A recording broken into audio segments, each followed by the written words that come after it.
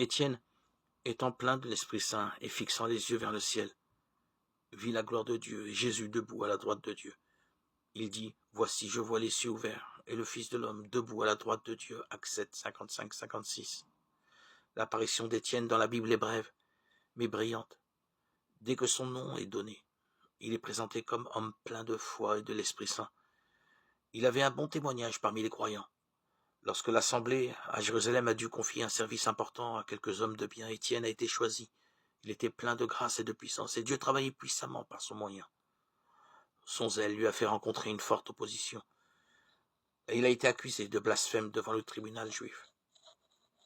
Mais là, les juges ont été saisis par son rayonnement, et alors qu'ils le fixaient du regard, ils ont vu comme un visage d'ange. Ils ont donné la parole.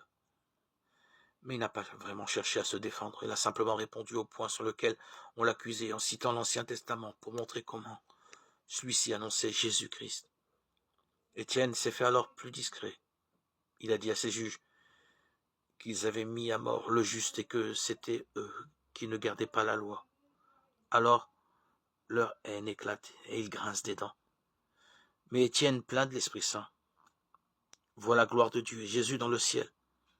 Ils se précipitent sur lui, le font sortir de Jérusalem et le lapident. Étienne ressemble de plus en plus à son maître. Il prie, « Seigneur Jésus, reçois mon esprit. » Puis se met à genoux et demande encore, « Seigneur, ne leur impute pas ce péché. » Sa vie le quitte comme avec douceur. Il s'endormit, nous dit le texte.